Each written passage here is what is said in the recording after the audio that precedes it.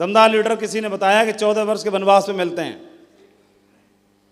ये स्वयं भगवान का अवतार थे, हम सुनते हैं कि भगवान के अवतारी पुरुष थे, लेकिन इनको कोई भी हनुमान, कोई भी अंगद, कोई भी सुग्रीव, कोई भी जामवंत अयोध्या में नहीं मिला।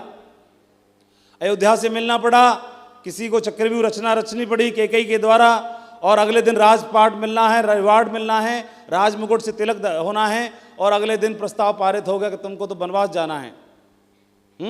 एकदम जोर का झटका धीरे से। और ये राम का मतलब क्या है? राम का मतलब है राम। राम का मतलब क्या होता है?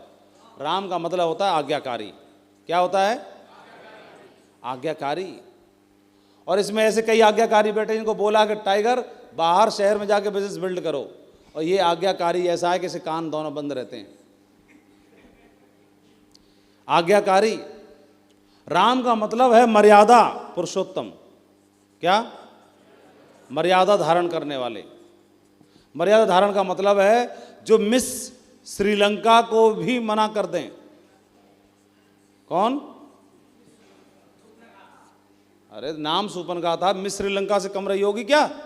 राजा की बहन थी, प्रिंसेस हैं, इतनी खूबसूरत, भला की खूबसूरत, भला की ताकतवर और भला की धनाढ्य।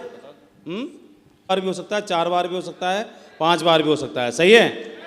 क्या होता है हमारे बिजनेस में, कई बार जिनके साथ आप समय दोगे तो वो आदमी नकली निकल जाएगा। क्या करा जाए?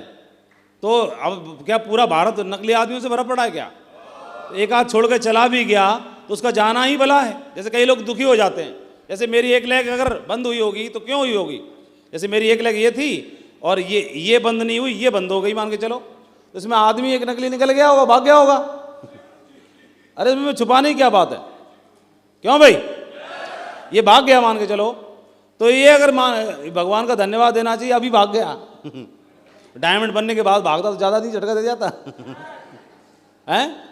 और किसी का अगर मैं तो करूँ डायमंड पे भी भागा तो भी खुश रहो, क्राउन बन के भागता तो ज़्यादा बड़ा झटका दे जाता। और इसको तो भागना ही था, नकली आदमी। क्यों?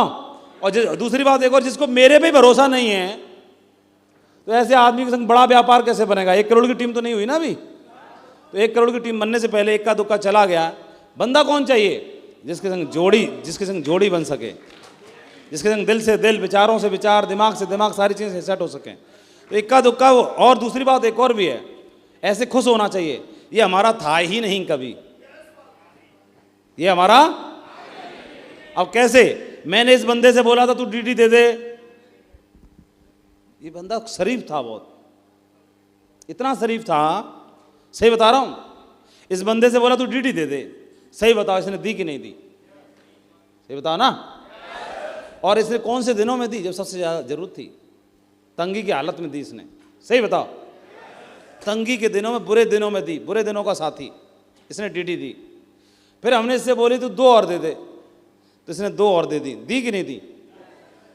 फिर हमने बोली 50 और दे दे, तो बेचारा 50 की टीम बनवा के चला गया।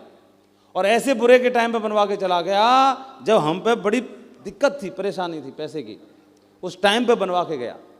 और था दूसरे का, बुराई के दिनों में, बुरे दिनों में, और खुद की ड्यूटी दे गया, आपकी लेग चलवा के चला गया थोड़ी बहुत, और आपको सिखा के चला गया, आपकी रिकॉग्निशन बनवा के चला गया, और इसकी जान लोगे?